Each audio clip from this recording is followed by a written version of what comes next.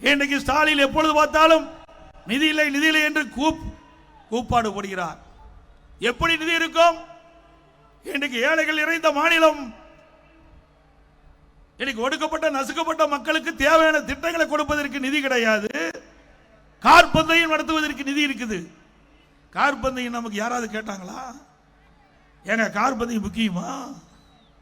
வாழ்வதற்கே போராடி கொண்டிருக்கிற இந்த நேரத்தில் சென்னை மாநகரத்துடைய மத்திய பகுதியிலே கார்பந்தையும் நடத்துகிறார் துணை முதலமைச்சர் திரு உதயநிதி ஸ்டாலின்.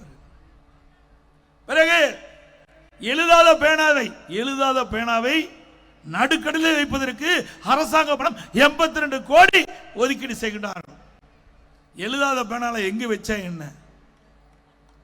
எழுதுற பேனாவை நம்முடைய மாணவர்களுக்கு கொடுக்கல, எழுதுற பேனாவை மாணவர்களுக்கு கொடுங்க. அரசு பள்ளியை படிக்கிற மாணவர்களுக்கு கொடுங்க, பாராட்டுவாங்க.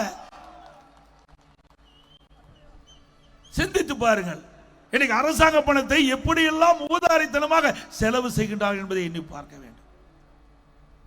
இன்றைக்கு ஒவ்வொருடைய உழைப்பிலும் வரி மூலமாக அரசாங்கத்துக்கு பணம் வந்து கொண்டிருக்கிறது.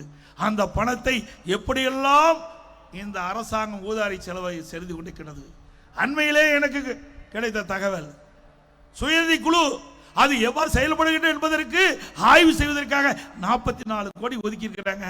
இன்னும் 2 மாசம் அந்த பணத்தை ஆட்டை போடுவதற்கு, அதை கொள்ளையடிப்பதற்கு 44 கோடி இன்றைக்கு இந்த சுயநிதி குழுவை ஆய்வு செய்வதற்காக போட்டிருக்காங்க. நீங்க ஆய்வு செய்யணும்னா ஒரு ஆண்டுக்கு முன்பு ஆய்வு செஞ்சிருந்தா பரவாயில்ல. ஆனா தேர்தலுக்கு 2 மாதம் தான் இருக்குது. இப்பொழுது அதுக்கு நிதி ஒதுக்கி இருக்கிறீங்க.